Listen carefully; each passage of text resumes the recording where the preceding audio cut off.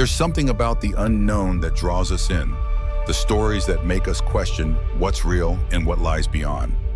Tonight, I'll share 4 tales of the paranormal, each one more chilling than the last. So, turn off the lights, settle in, and let's begin. Sarah Miller was the first to notice it. Late at night, as the house settled into silence, she'd hear them.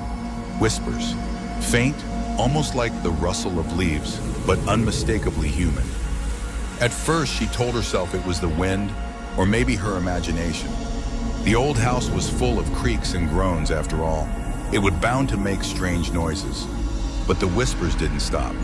They grew louder, more distinct. And then one night she heard it clearly. "Help us." Sarah froze, her book slipping from her hands and landing with a soft thud on the carpet.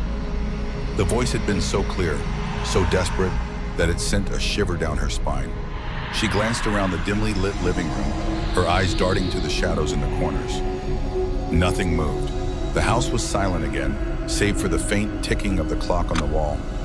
"Mark," she called out, her voice trembling. Her husband was in the kitchen, washing dishes after dinner. He poked his head around the corner, a dish towel slung over his shoulder. "What's wrong?" he asked, his tone casual. "Did you hear that?" Sarah asked, her eyes wide. "Oh? Hear what?" Mark frowned, stepping into the room. He looked around as if expecting to find an intruder. "I didn't hear anything." Sarah hesitated. She didn't want to sound crazy, but the voice had been so real. It was a voice like someone whispering. Mark chuckled, shaking his head. "Sarah, it's an old house. It's probably just the wind or the pipes. You've been working too hard. Maybe you need to relax." Sarah forced a smile, but deep down, she wasn't convinced. She'd heard the voice. It wasn't her imagination, and it wasn't the wind. The next few nights were quiet, and Sarah began to wonder if Mark was right. Maybe she had been overworked. Maybe the stress was getting to her. But then it happened again. She was in the hallway heading to the bathroom when she heard it. The whispers. They were faint at first, like the rustle of paper, but they grew louder as she stood there, her hand frozen on the doorknob. This time there were multiple voices, overlapping, murmuring words she couldn't quite make out. And then, clear as day, one voice rose above the rest. "Help us." Sarah's heart raced as she pressed her ear to the wall. The voices were coming from inside the wall itself. She could feel the vibrations against her skin, as if the house itself was alive. She stumbled back, her breath coming in short gasps. "Mark," she shouted, her voice echoing through the house. Her husband came running, his face pale with concern. "What's wrong? Are you okay?" "I heard it again," Sarah said, her voice shaking. "The whispers. They're coming from the walls." Mark frowned, his brow furrowing. He pressed his ear to the wall, listening intently. After a moment, he straightened up and shook his head. "I don't hear anything. Are you sure you're not just—" "I'm not imagining it," Sarah snapped, cutting him off. "I heard them, Mark. They're real." Mark sighed, running a hand through his hair. Okay, let's not jump to conclusions. Maybe it's an animal in the walls or something. I'll call an exterminator tomorrow, all right?" Sarah nodded, but she didn't believe him. The voices hadn't sounded like an animal. They'd sounded human and desperate. The exterminator found nothing. No animals, no nests, no signs of life in the walls. Sarah tried to put it out of her mind, but the whispers didn't stop. They grew louder, more insistent. And then, the walls began to change. It started with small cracks spidering across the plaster. Sarah noticed them one morning as she was making coffee. At first, she thought it was just the house settling, but the cracks grew larger, deeper, until they looked like claw marks. She ran her fingers over them, her stomach churning. The edges were jagged, as if something had been scratching at the wall from the other side. "Mark, look at this," she said, her voice trembling. Her husband examined the cracks, his expression grim. "This isn't normal," he admitted. "Maybe we should call a contractor." But before they could, the whispers turned into screams. It happened late at night. Sarah was lying in bed, staring at the ceiling, when she heard it. A blood-curdling scream, so loud it made her sit bolt upright. Mark woke up beside her, his eyes wide with fear. "What the hell was that?" he asked, his voice hoarse. Sarah didn't answer. She was already out of bed, her heart pounding as she followed the sound to the hallway. The screams were coming from the walls, echoing through the house like a siren. She pressed her hands to her ears, but it didn't help. The sound was inside her head, vibrating through her bones. "We need to leave," Sarah said, her voice barely above a whisper. "Now." Mark didn't argue. They grabbed their coats and fled the house, driving to a nearby motel. But even there, Sarah couldn't escape the whispers. They followed her, haunting her dreams, until she couldn't tell what was real and what wasn't. The next morning, Sarah decided to investigate. She couldn't live like this, not knowing what was happening in her own home. She went to the local library, searching for any information about the house's history. What she found made her blood run cold. The house had been built in the early 1900s by a wealthy family, but in 1923, the entire family had vanished without a trace. The police had searched the house, but they found nothing. No signs of a struggle, no clues as to where they might have gone. The case was never solved. Sarah dug deeper, her hands trembling as she flipped through old newspapers. She found an article from 1924, written by a journalist who had interviewed the neighbors. One woman claimed she'd heard whispers coming from the house, just like Sarah had. Another said she'd seen shadows moving in the windows, even though the house was empty. Sarah's heart sank as she read the final line of the article. "The house is cursed. It doesn't let anyone leave." That night, Sarah and Mark returned to the house. They couldn't stay away forever, but as they stepped inside, they knew something was different. The air was heavier, colder, as if the house itself was watching them. "We need to leave," Sarah said, her voice trembling. "For good." Mark nodded, his face pale. "I'll start packing." But as they headed upstairs, the whispers returned. This time they weren't just in the walls, they were everywhere. Sarah could feel them, pressing against her skin, filling her mind. She stumbled, clutching her head as the voices grew louder, more frantic. "Sarah!" Mark shouted, grabbing her arm. "We need to go!" But it was too late. The walls began to crack, the plaster crumbling away to reveal something dark and twisted underneath. Sarah screamed as hands reached out, grabbing at her, pulling her into the wall. Mark tried to hold on, but the force was too strong. He watched in horror as Sarah disappeared, swallowed by the house. Mark stood frozen in the hallway, his heart pounding in his chest. One moment, Sarah had been there, screaming as the hands from the wall clawed at her. The next, she was gone, swallowed by the house itself. The air was thick with silence, the kind that presses against your ears and makes your skin crawl. Mark stared at the wall, now smooth and unbroken, as if nothing had happened. But he knew what he'd seen. He'd felt it. "Sarah!" he shouted, his voice echoing through the empty house. He rushed to the wall, pounding his fists against it. "Sarah, can you hear me?" There was no response. The house was eerily quiet, as if it were holding its breath. Mark stepped back, his mind racing. He couldn't accept what had just happened. It wasn't possible. Walls didn't just swallow people, but he'd seen it with his own eyes. Sarah was gone. Mark spent the next hours searching the house, calling Sarah's name, hoping against hope that she would answer. He checked every room, every closet, even the basement, but there was no sign of her. The house felt different now, colder, darker, as if it were alive and watching him. The whispers had stopped, but the silence was worse. It felt heavy, oppressive, like the house was waiting for him to make a mistake. Finally, exhausted and desperate, Mark called the police. He tried to explain what had happened, but his words came out jumbled and frantic. The officer on the other end of the line sounded skeptical, but they promised to send someone over.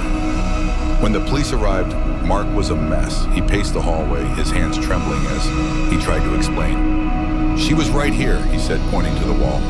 "The wall, it took her."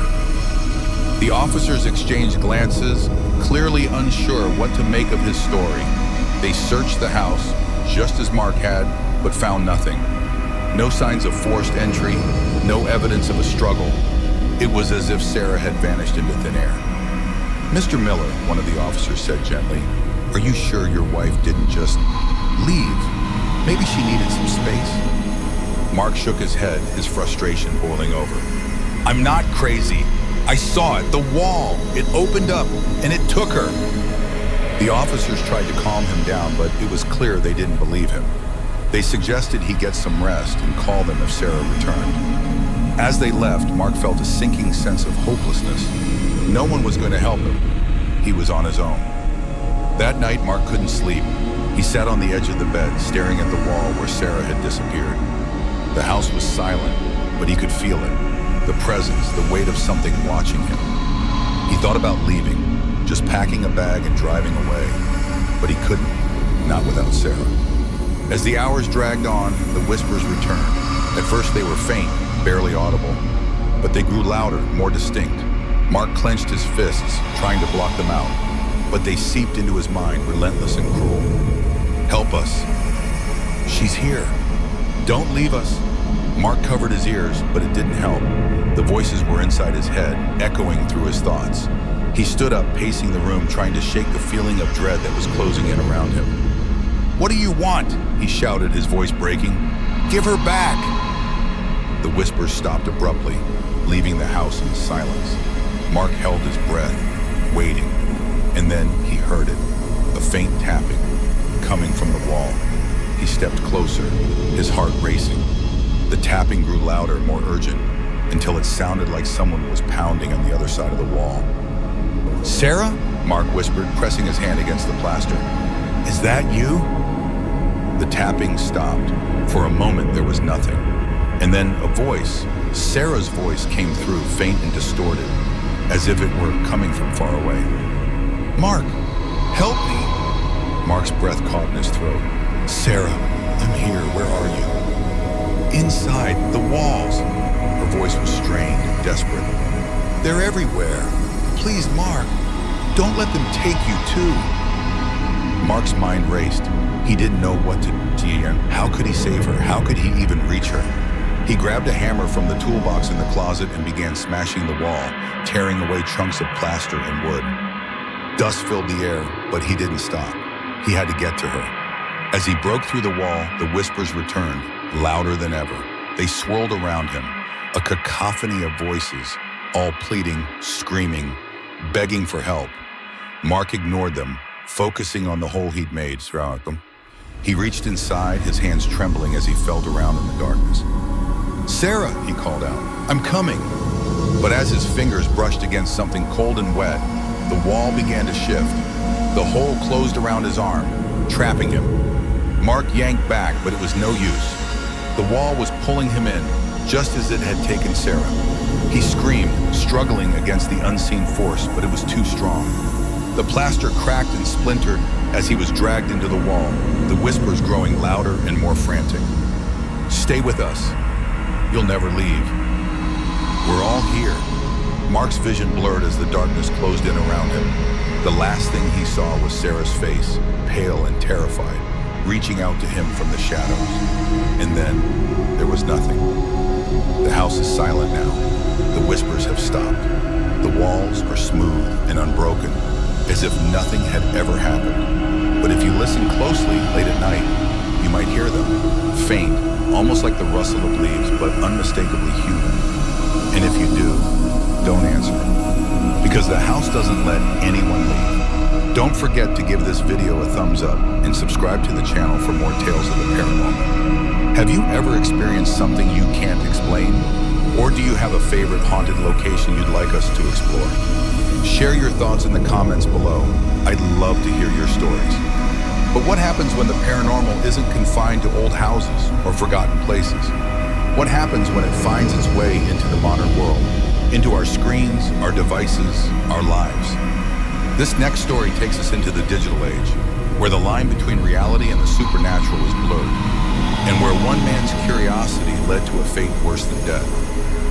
Jake Carter was no stranger to the paranormal. As the host of the popular YouTube channel, he had built a loyal following by exploring haunted locations, debunking urban legends, and pushing the boundaries of what his viewers thought was possible.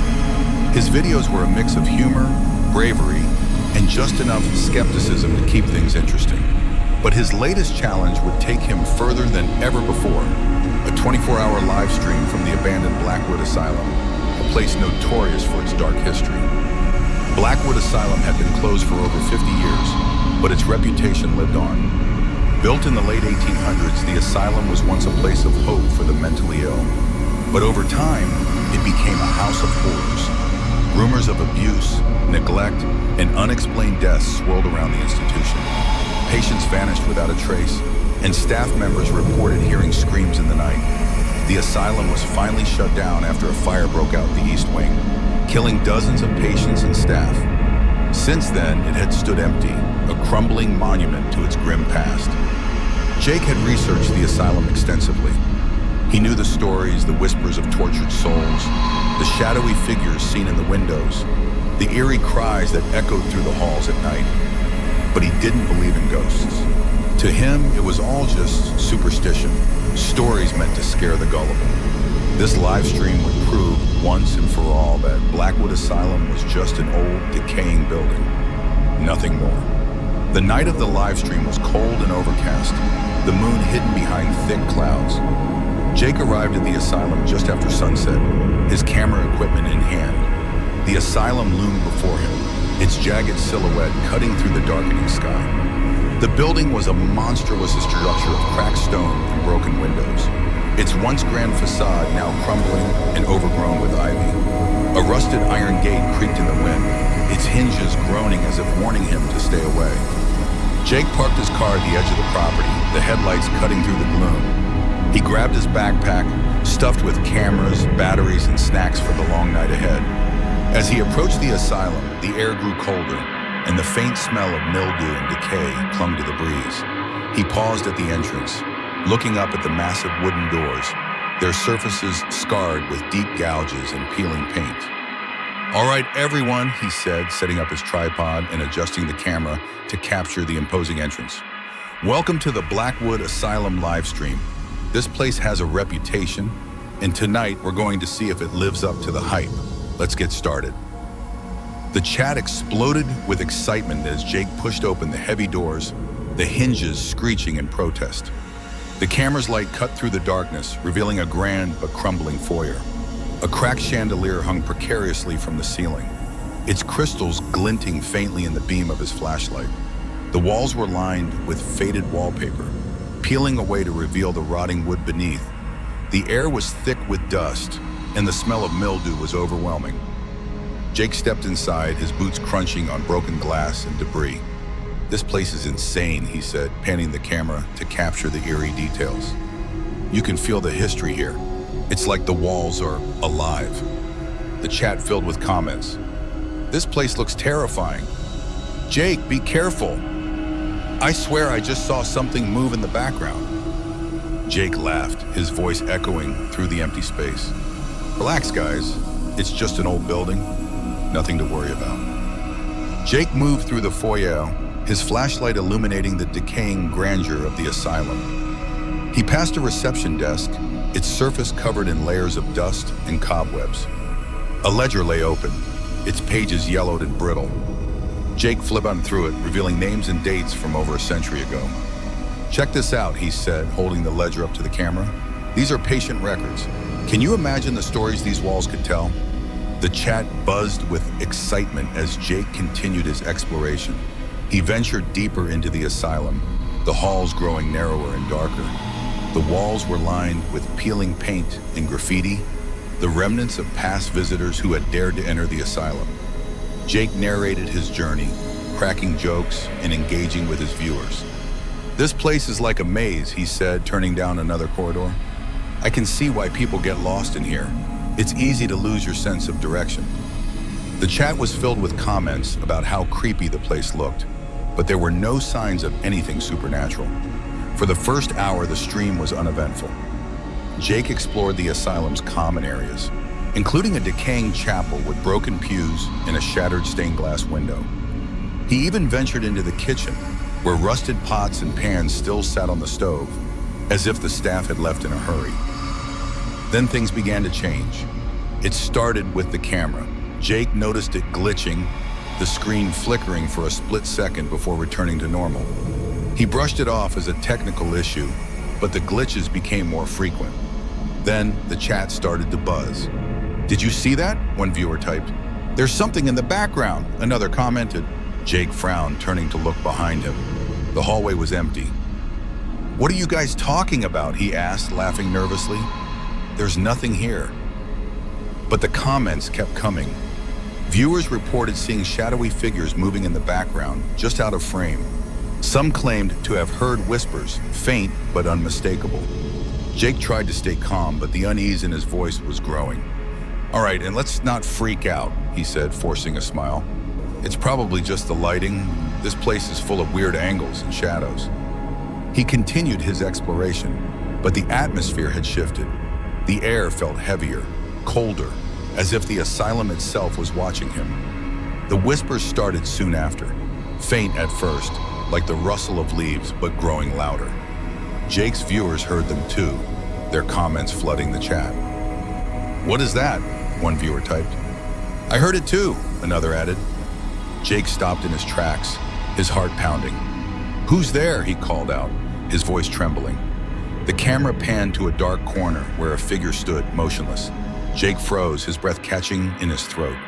The figure was tall and thin, its features obscured by shadows. For a moment, no one moved. Then the figure stepped forward. The chat exploded. "Run, ye!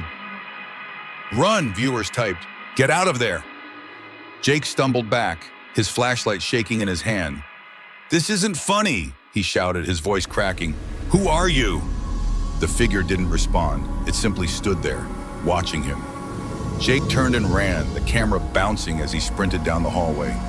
The whispers grew louder, more frantic, echoing through the asylum. He could hear footsteps behind him, heavy and deliberate, but he didn't dare look back. Jake's breathing was ragged as he burst into a large room, his flashlight flickering. The room was filled with old hospital beds, their mattresses rotting and stained. He slammed the door shut behind him, leaning against it as he tried to catch his breath. The whispers were quieter here, but they were still there, just on the edge of his hearing. "Guys, I don't know what's going on," he said, his voice shaking. He held the camera close to his face, his eyes wide with fear. "This isn't a prank. Something's really wrong." The chat was frantic, viewers begging him to leave, to get out while he still could. But Jake couldn't. He was trapped. The door he had just come through was gone, replaced by a solid wall. He spun around, his flashlight darting around the room. The windows were boarded up, the only exit a set of double doors on the far side of the room. "What the hell?" Jake muttered, his voice trembling. He approached the wall where the door had been, running his hands over the surface. It was cold and damp, the plaster crumbling under his touch. This isn't possible." The whispers grew louder, more insistent. They were no longer indistinct murmurs. They were voices, clear and desperate. "Help us.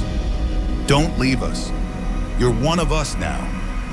Jake's heart raced as he turned to face the room. The hospital beds seemed to shift in the dim light, their shadows stretching and twisting on the walls. He could feel eyes on him, watching from the darkness. The air was thick with the smell of decay, and the temperature dropped sharply, his breath visible in the cold. "Who's there?" Jake called out, his voice echoing through the room. "Show yourself." The whispers stopped. For a moment, there was silence. Then a low, guttural laugh echoed through the room, sending chills down Jake's spine. He swung the flashlight around, but the beam only illuminated more empty beds and peeling walls. The chat was going wild. "Jake, get out of there! This is so scary! I swear I just saw something move!" Jake tried to steady his breathing, but his hands were shaking so badly he could barely hold the camera. "I don't know what's happening," he said, his voice barely above a whisper. "But I need to get out of here." He moved toward the double doors on the far side of the room, his footsteps echoing loudly in the silence. As he approached, the doors creaked open on their own, revealing a long, dark hallway. The walls were lined with old photographs, their faces blurred and distorted. Jake hesitated, his instincts screaming at him to turn back, but there was no other way out. Jake stepped into the hallway, the camera's light barely piercing the darkness. The whispers returned, louder now, coming from the photos on the walls. He glanced at one of the pictures, his blood running cold. The face in the photo was twisted in agony, its mouth open in a silent scream. The eyes seemed to follow him as he moved. "What the hell is this?" Jake muttered, his voice trembling. He turned to another photo and another. Each one was worse than the last, faces contorted in pain, fear, or rage. Some of the photos were so old they were barely recognizable, while others looked disturbingly recent. The chat was flooded with comments. "Those photos are terrifying. Jake, don't look at them. Get out of there, man." Jake tried to ignore the photos, focusing on the hallway ahead, but the whispers were growing louder, more insistent. They were coming from the photos, the voices of the people trapped within them. "Help us. Don't leave us. You're one of us now." Jake's flashlight flickered, and when it came back on, the photos were different. They were all of him. Jake's heart raced as he stared at the photos. They showed him in various stages of terror, his face twisted in fear. The most recent one showed him standing in the hallway, the camera in his hand. He turned around, but there was no one there. The whispers grew louder, more insistent. "You're one of us now." Jake stumbled back, his breath coming in short gasps. "This isn't real," he muttered, clutching the camera tightly. "This can't be real." But the photos were real, and so were the whispers. They were all around him now, closing in, suffocating him. He could feel hands brushing against his arms, his legs, his back. Cold, skeletal fingers grasping at him, pulling him deeper into the darkness. "Get off me!" Jake shouted, swinging the flashlight wildly. The beam caught glimpses of shadowy figures, their faces twisted in agony. They were everywhere, surrounding him, their whispers merging into a deafening roar. "Stay with us. You'll never leave. You're one of us now." Jake turned and ran, his footsteps echoing through the halls. He didn't know where he was going, but he had to get out. The asylum seemed to shift around him, the walls closing in, the hallways stretching endlessly. He stumbled into a room, his flashlight dying as he did. The room was dark, but he could feel something in there with him. "Who's there?" he whispered, his voice barely audible. The whispers stopped. For a moment, there was silence. Then a single voice spoke, clear and cold. "You'll never leave." Jake screamed as the shadows closed in around him. His camera went off, and his viewers couldn't see anything anymore. When Jake didn't return, his fans grew worried. The live stream had cut off abruptly, leaving thousands of viewers staring at a black screen. The chat was flooded with frantic messages. "What just happened? Is Jake okay? Someone call the police!" For hours, viewers speculated about what had gone wrong. Some thought it was an elaborate prank, while others were convinced something terrible had happened. By morning, the video had gone viral, with millions of people sharing clips of the stream and debating whether it was real or staged. Jake's friends and family were frantic. They tried calling his phone, but it went straight to voicemail. His girlfriend, Mia, was the first to contact the authorities. "He wouldn't just disappear," she told the police. "Something's wrong. I know it." A search party was organized, and a team of officers and volunteers descended on Blackwood Asylum. The building loomed over them, its broken windows and crumbling walls casting long shadows in the morning light. The air was unnaturally still, and the faint smell of decay lingered in the breeze. The search team moved through the asylum methodically, calling Jake's name and shining flashlights into every corner. The building was a maze of decaying rooms and narrow hallways, each one more unsettling than the last. The walls seemed to absorb sound, muffling their voices and footsteps. In the main foyer, they found Jake's equipment. His camera was lying on the floor, the lens cracked and the battery dead. Nearby, his backpack was overturned, its contents spilled across the floor. A half-empty water bottle, a pack of batteries, and a crumpled map of the asylum lay among the debris. "This is where he started the stream," one officer said, examining the camera. "But where did he go?" The team split up, searching every room and corridor. They found signs of Jake's presence, footprints in the dust, a discarded candy wrapper, a flashlight with dead batteries, but no trace of Jake himself. It was as if he had vanished into thin air. Months later, a group of urban explorers decided to investigate the asylum. They had seen Jake's live stream and were determined to uncover the truth. Armed with cameras and flashlights, they ventured into the building, retracing Jake's steps. In the room with the hospital beds, they found something strange. The walls were covered in scratches, deep gouges that formed words and phrases. Help me. They're watching. I can't leave. The explorers filmed everything, their voices trembling as they narrated their findings. This is where Jake was last seen, one of them said, panning the camera across the room. What happened to him? As they moved deeper into the asylum, they discovered Jake's camera, still intact. The battery was dead, but they were able to recover the footage. Back at their van, they plugged the camera into a laptop and began reviewing the video. The footage began normally, showing Jake exploring the asylum and cracking jokes for his viewers. But as the night progressed, the tone shifted. The camera glitched repeatedly, and shadowy figures appeared in the background. The whispers were audible, growing louder and more frantic. The explorers watched in horror as Jake's demeanor changed. His confidence faded, replaced by fear and desperation. They saw him running through the halls, his face pale and his eyes wide with terror. The footage showed the hospital beds, the hallway of photos, and the final moments before the screen went black.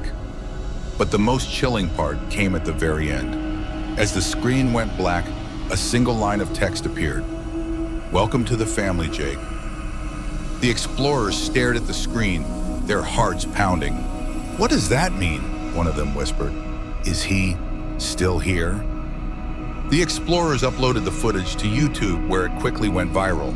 Viewers dissected every frame, analyzing the shadows, the whispers, and the cryptic message at the end. Some claimed it was a hoax, while others were convinced it was real. But those who visited Blackwood Asylum after the video's release reported strange occurrences. They heard whispers in the halls, saw shadowy figures moving in the darkness, and felt an overwhelming sense of dread. Some even claimed to see Jake's face in the windows, his expression frozen in terror. The asylum was eventually sealed off, deemed too dangerous for the public, but the stories persisted. To this day, people swear they can hear Jake's voice, faint but unmistakable, echoing through the halls. Help me! I'm still here. Jake's story serves as a chilling reminder that some mysteries are better left unsolved. The digital age may have brought the paranormal to our screens, but it has also blurred the line between reality and the unknown. So the next time you watch a live stream or explore a haunted location, remember Jake. And ask yourself, are you ready to face what lies beyond the veil?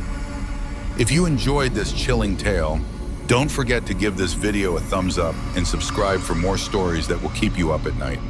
Have you ever experienced something you can't explain? Share your thoughts in the comments below. I'd love to hear your stories.